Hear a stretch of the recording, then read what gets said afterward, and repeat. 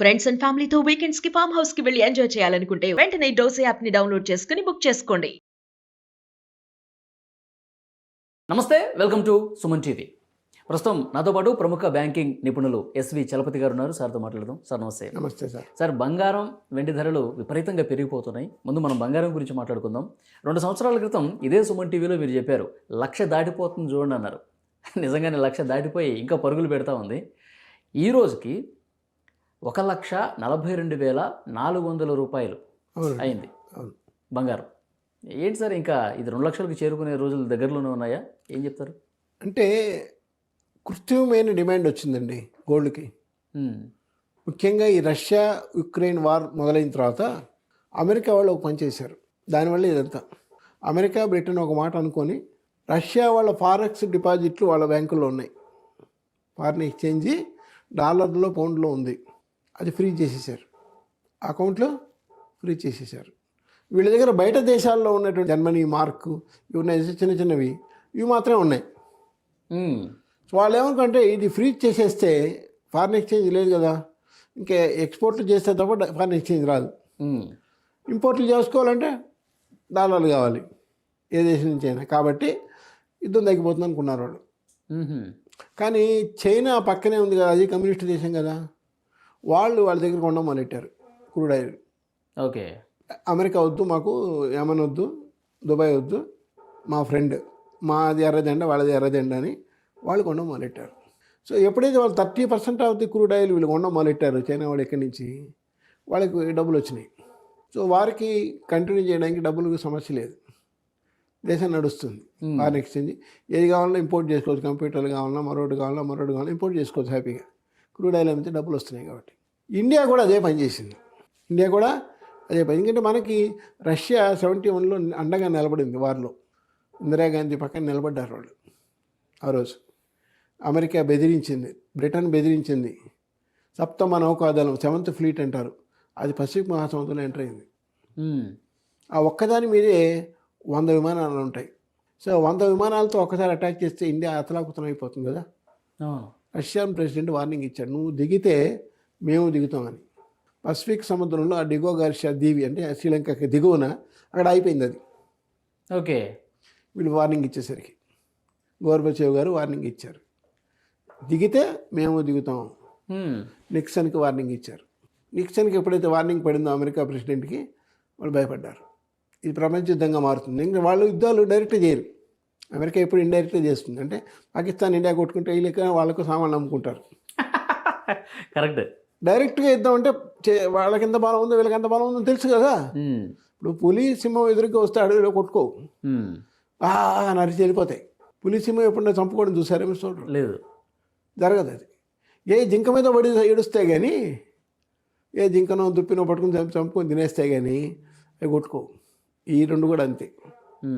కానీ అట్లాంటి రష్యాకి కష్టం వచ్చింది. కాబట్టి మీరు మాకు సాయం చేయండి, మేము మీకు సాయం చేసాం ఒకప్పుడు అని వాళ్ళు అడిగారు. ఇండియాకి ఆప్షన్ లేదు కాబట్టి ఇండియా క్రూడ్ ఆయిల్ వాళ్ళ దగ్గర కొనడం మొదలెట్టారు. వాడు ఆంక్షలు పెట్టాడు వెంబడి. వాడు ఆంక్షలు చైనాకి పెట్టాడు, మనకి పెట్టాడు. కానీ చైనా వాళ్ళకి నమ్మకం ఏంటంటే వాళ్ళ ప్రోడక్ట్ ప్రపంచం అంతా అమ్ముడుపోతున్నాయి. వాళ్ళు మ్యానుఫ్యాక్చరింగ్ కంట్రీ, అది ప్రతిదీ తయారు చేస్తారు వాళ్ళు.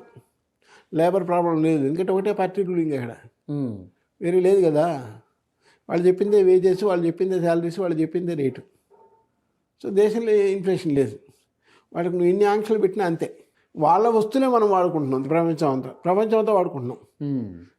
అతి చౌకలో తయారు చేస్తారు, ఆటబొమ్మల దగ్గర నుంచి పెద్ద దాకా వాళ్ళే తయారు చేస్తున్నారు. కాబట్టి వాళ్ళకి ప్రాబ్లం లేదు, కానీ మనకు ప్రాబ్లం ఉంది. మన అకౌంట్ కూడా రేపు పొద్దున డాలర్లో ఉండేటువంటి న్యూయార్క్లో ఉండే డిపాజిట్లు ఫ్రీజ్ చేస్తే మనం ఎక్కడ క్రూడ్ ఆయిల్ కొనాలా, మనం ఎక్కడ కంప్యూటర్లు కొనాలా, మనం ఎక్కడ ఇంపోర్ట్ చేయాలి మెషినరీలు, కష్టం కదా. కాబట్టి ఎందుకైనా మంచిదని గోల్డ్ కొనడం మొదలుపెట్టారు.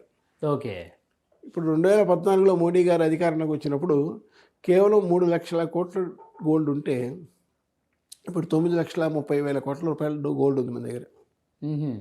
9 లక్షల, నిన్నటికి ఫిగర్ తీసుకుంటే ఆర్బీఐది 110 బిలియన్లు, 1 బిలియన్ అంటే 100 crores డాలర్స్, 110 బిలియన్లు ఉంది ఈరోజు. మరి అప్పుడు 120 ఉంది. ఇది ప్రపంచం అంతా కలిపి. ఇప్పుడు ఒక ఇండియాకే ఉంది అది గోల్డ్ 110 బిలియన్లు ఈరోజు ఇండియాకి ఉంది. ఓకే. ఎక్కడ దేశం మిగతా దేశాలు కూడా భయపడి రష్యాతో డీల్ చేస్తున్న దేశాలు కూడా గోల్డ్ కొన మొదలెట్టాయి. గోల్డ్కి ప్రజెంట్ డిమాండ్ వచ్చేసింది వరల్డ్ వైడ్, ఉక్రెయిన్ వార్ పుణ్యం అని. సో మనకు కూడా రేపు పొద్దున అమెరికా వాడు ఆపేస్తే డిపాజిట్లు ఫ్రీజ్ చేసేసారు అనుకోండి, న్యూయార్క్ బ్యాంకులో ఉన్న 3 బ్యాంకుల్లో, చేజ్ మన్హట్టన్ కావచ్చు, అమెరికన్ ఎక్స్ప్రెస్ బ్యాంక్ కావచ్చు, ఇంకోటి ఏదో ఉంది, అవి ఆపేసి అనుకోండి, ఫ్రీజ్ చేసేసి అనుకోండి, ఏం చేయాలి? అందుకని బంగారం గవర్నమెంట్ కొంటుంది. ఓకే. వచ్చిన బంగారంలో సగం వాళ్ళే కొంటున్నారు ఆర్బీఐ వాళ్ళు గవర్నమెంట్ తరఫున. కాబట్టి రేటు పెరిగిపోతుంది. రేటు పెరిగి పెరిగి పెరిగి ఇంటర్నేషనల్ రేటు కూడా పెరిగి, ఎందుకంటే మిగతా దేశాలు కూడా భయపడి ఎందుకైనా మంచిది అమెరికా వాళ్ళు బ్రిటన్ వాళ్ళు ఎప్పుడైనా మనం కూడా ఫ్రీజ్ చేస్తారేమో పౌండ్లు డాలర్లని మిగతా దేశాలు కూడా కొనడం మొదలెట్టాయి. సౌత్ ఆఫ్రికా ఉంటుంది, స్విట్జర్లాండ్ ఉంటుంది, ఆస్ట్రేలియా ఉంటుంది. అట్లా అందరం కొనడం వల్ల డిమాండ్ పెరిగిపోయింది. Universal demand. ఇప్పుడు తయారయ్యేదేమో 50 టన్నులు అనుకోండి ఈ నెల, ఈ 50 టన్నులకి ఆర్డర్లు 150 టన్నులు ఉన్నాయంట. సో వాడు రేటు వేస్తున్నాడు, తయారు చేసేవాళ్ళు రేటు వేస్తున్నారు. గోల్డ్ ఎప్పుడైతే రేటు పెంచిందో సిల్వర్ చేసేవాడు కూడా పెంచడం మొదలెట్టాడు. ఆల్టర్నేటివ్ ఇదే కదా, అది పోతే ఇది, ఇది పోతే అది. సో సిల్వర్ రేటు కూడా పెరగడం మొదలెట్టింది. సరే, ఇది పెరుగుతూ పెరుగుతూ ఎక్కడి వరకు పోద్ది సార్ ఇది?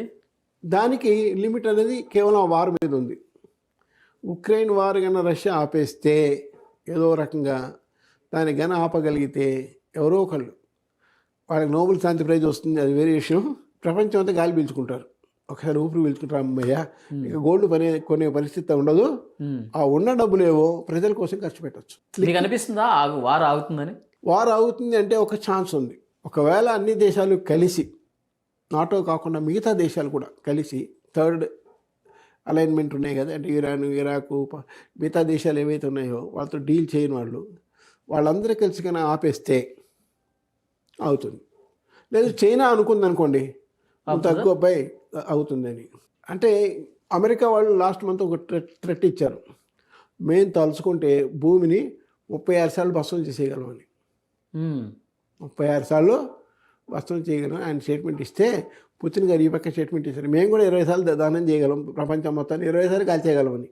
మా దగ్గర అన్ని బాంబులు ఉన్నాయని, ఆటం బాంబ్స్ మా దగ్గర ఉన్నాయని అబ్బాయి అని చెప్పాడు. ఇది తగ్గట్లేదు, ఈ వారు తగ్గట్లేదు వాళ్ళిద్దరి మధ్య. ఆయన చెప్పింది వీళ్ళు వినట్లేదు, వీళ్ళు చెప్పింది వాళ్ళు వినట్లేదు.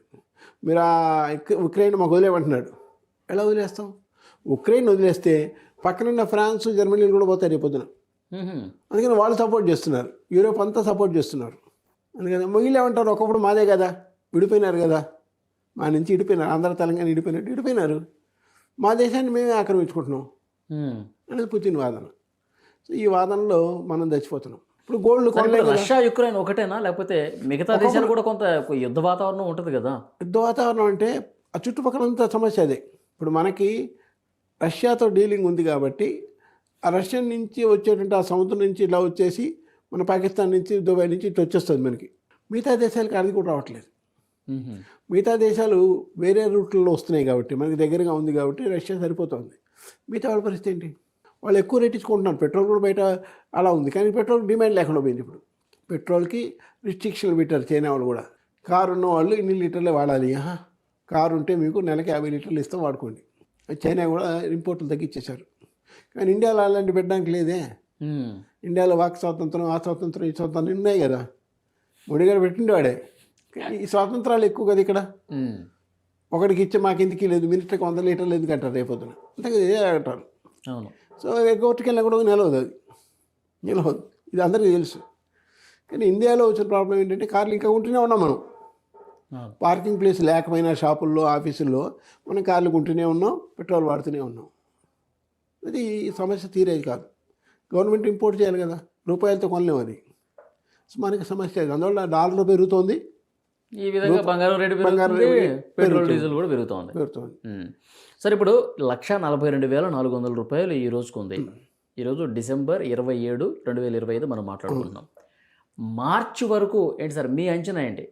మార్చి నాటికి మినిమం 1,60,000 దాటిపోతుంది. 160 దాటిపోద్ది. అంటే గోల్డ్ ఈటీఎఫ్లో, సిల్వర్ ఈటీఎఫ్లో, షేర్ మార్కెట్లో జనాలు విపరీతంగా పెడుతున్నారు. ఇదే రేట్ వేసి పెడుతున్నారు. ఆ రోజుకి ఇంత వస్తుంది అని వేసి పెడుతున్నారు. ఇప్పుడు సిల్వర్ 2.74 ఉందనుకోండి, మార్చికి 3 లక్షలు అవుతుందని బెట్టింగ్ చేసేస్తున్నారు. మ్మ్. ఫ్యూచర్ ట్రేడింగ్ 3 లక్షలు దాటితే నీకు లాసు, 3 లక్షల లోపల వస్తే లాస్. బెట్టింగ్ చేస్తున్నారు. మ్మ్. ఇది 100 కోట్లు. అమ్మా. అంత నమ్మకం ఉంది.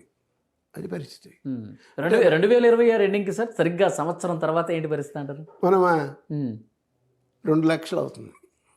2 lakhs ఈజీగా అవుతుంది. వారు తగ్గకపోతే 2 లక్షలు అవుతుంది. గోల్డ్, సిల్వర్ 3.5 లక్షలు అవుతుంది. తగ్గే పరిస్థితి లేదంటున్నారు కదా.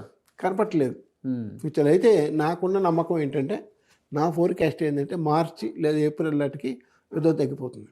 ఏం తగ్గింది? యుద్ధం తగ్గిపోతుంది. తగ్గిపోద్దా? అంటే 2 నష్టాలు ఉన్నాయి. కనపడని నష్టం ఒకటి, కనపడే నష్టం ఒకటి. కనపడే నష్టం ఉక్రెయిన్లో కనిపిస్తుంది. బిల్డింగ్లు ధ్వంసం అయిపోయినాయి, అవి నాశనం అయిపోయినాయి, అన్ని నాశనం అయిపోయినాయి. జనాలందరూ పక్క దేశాల్లోకి వెళ్ళిపోయి ఫుడ్ తింటున్నారు, షెల్టర్లో ఉంటున్నారు, గుడిసెల్లో ఉంటున్నారు, లేదా గుడారాల్లో ఉంటున్నారు, టెంట్లు వేసుకొని. జర్మనీలో, ఇటలీలో గుడారాలు వేసుకొని బతుకుతున్నారు జనం. కానీ రష్యా సైడ్ కూడా నష్టం చాలా ఉంది. అది బయటికి రావట్లేదు. ఎంతమంది చచ్చిపోయారో తెలియదు. ఎంతమంది చచ్చిపోయారో అది కానీ బయటకు వస్తే వారు అయిపోతుంది. దేశంలో వాళ్ళు ఒప్పుకోరు. మన దేశంలో 20,000 మంది చచ్చిపోయారు, అమ్మో మేము ఒప్పుకొని అందరూ రోడ్డు మీదకి వస్తారు. ఎవడో ఒక మూల చచ్చిపోతే ఎవరికి తెలియదు, ఆ ఊళ్ళో వాళ్ళకి మాత్రం తెలుస్తుంది. దేశం అంతా పోయినారంటే జస్ట్ లైక్ కరోనా. ఎవరు ఎంతమంది పోయినారు ఇప్పటికీ లెక్కలేదు కదా, తెలియదు. కరోనా వల్ల పోయి ఉండొచ్చు, ఆఫ్టర్ ఎఫెక్ట్స్ వల్ల కూడా పోయి ఉండొచ్చు. యుద్ధంలో కూడా మీకు దెబ్బ తగులుతుంది, ఆ తర్వాత కోలుకోలేక చచ్చిపోయి ఉండొచ్చు. సో ఈ వాతావరణం నా ఉద్దేశం మార్చి లేదా ఏప్రిల్ నాటికి ఆగిపోతుంది అనేది నా forecast. This is my forecast. As a forecaster కూడా నా నమ్మకం ఇది. అక్కడికి ఆగితే, యుద్ధం ఆగితే ఎంత తగ్గుద్ది? అప్పుడు మళ్ళీ మామూలుగా వచ్చేస్తుంది. అప్పుడు ఇంకెవరు గోల్డ్ కొనరురా, ఏ దేశాలు ఇంకా గోల్డ్ కొనరు. గోల్డ్కి డిమాండ్ పోతుంది, గోల్డ్కి డిమాండ్ పోతుంది. అప్పుడు ఎంత తగ్గొచ్చు సార్? అప్పుడు మళ్ళీ పాత రేటుకి వస్తాం. పాత రేట్ అంటే 1,00,000కి వచ్చేస్తాం. 1,00,000 తగ్గుద్దా? ఖచ్చితంగా అవుతుంది. సీరియస్గా? యుద్ధంలో మీకు గవర్నమెంట్ కొంత ఇక ఎప్పుడైతే మీకు వార్ అయిపోయింది ఇక గవర్నమెంట్ కొంత కదా. ఇప్పటికీ 110 బిలియన్లు కొన్నాము. 110 బిలియన్లు డాలర్లు గోల్డ్ ఉంది. అంటే 9,53,000 కోట్లు ఉంది ఈరోజు గోల్డ్ మన దగ్గర. RBI అది కూడా ఏం చేశారు, లండన్ నుంచి తెచ్చి ఇండియాలో పెట్టారు. రేపు అది కూడా ఫ్రీ చేస్తారేమని ఆ విషయంలో ముందు జాగ్రత్త తీసుకున్నారు. గోల్డ్ కూడా ఎదుర్కొన్నారు. లండన్ మార్కెట్లోనే అక్కడే ఒక సేఫ్ రూమ్ ఉండేది పెద్ద బిల్డింగ్లో, అది కూడా షిఫ్ట్ చేస్తారు ఇప్పుడు మన ఇండియాకి. ఎక్కడో ఓదర్ పెట్టేశారు. అర్థమైందా? ఇంకొనాల్సిన అవసరం ఉంది వార్ అయిపోతే. మన అకౌంట్లో ఎవరు ఫ్రీ 1,90,000 80,000 ఇట్లా వస్తుంది అంటారా? వస్తుంది. వార్ లేకపోతే వస్తుంది. వార్ అయిపోయిందంటే వరల్డ్ డిమాండ్ తగ్గిపోతుంది. నేను ఎత్తున 50 టన్నులకు తయారు చేస్తే 150 టన్నులకు డిమాండ్ ఉంది అక్కడ. కావాలి కావాలి కావాలి ప్రతివాడు అడుగుతున్నాడు. అంటే మీరు చెప్తున్న దాని ప్రకారం మార్చి ఏప్రిల్లో వార్ ఆగిపోతుంది అంటారు, గోల్డ్ తగ్గుతుంది అంటారు. మరి ఏప్రిల్ మే జూన్ జూలై ఇదంతా తగ్గుకుంటూ వస్తుంది అంటారు. ఇక తగ్గిపోతూ వస్తుంది న్యాచురల్గా. ఇంకా గవర్నమెంట్ కొంత కదా, పబ్లికే కొనాలి, గోల్డ్ షాపుల వాళ్ళే కొనాలి. ఆర్నమెంట్స్ కొనుక్కుంటా ఉంటారు. అంటే అప్పుడు ప్రపంచంలో డిమాండ్ లేదు కదా. 50 టన్నులు తయారైతే ఇండియాకి 30 టన్నులు వస్తాయండి. ఈ 30 టన్నులే ఖర్చు అవుతుంది. అంతే, వాడికి 20 టన్నులు మిగిలిపోతాయి. ఎప్పుడైతే డిమాండ్ లేదో రేటు పడిపోతుంది. నా అంచనా ఏంటంటే మార్చి ఏప్రిల్ నాటికి గోల్డ్ నార్మల్గా యుద్ధం అయిపోయి మెల్లమెల్ల మెల్లమెల్ల డౌన్ అయిపోతుంది. సో రెండు ఆల్మోస్ట్ మీరు అంటున్నట్టు మార్చి వరకు పెరుగుతాయి, ఆ తర్వాత యుద్ధం ప్రభావం బట్టి తగ్గే అవకాశం ఉంది. చూద్దాం సార్, నెక్స్ట్ పరిణామాల మీద మళ్ళీ మార్చిలో మనం మాట్లాడుకుందాం. ఖచ్చితంగా మీరే అంటారు జరిగిందని. Thank you sir. Thank you.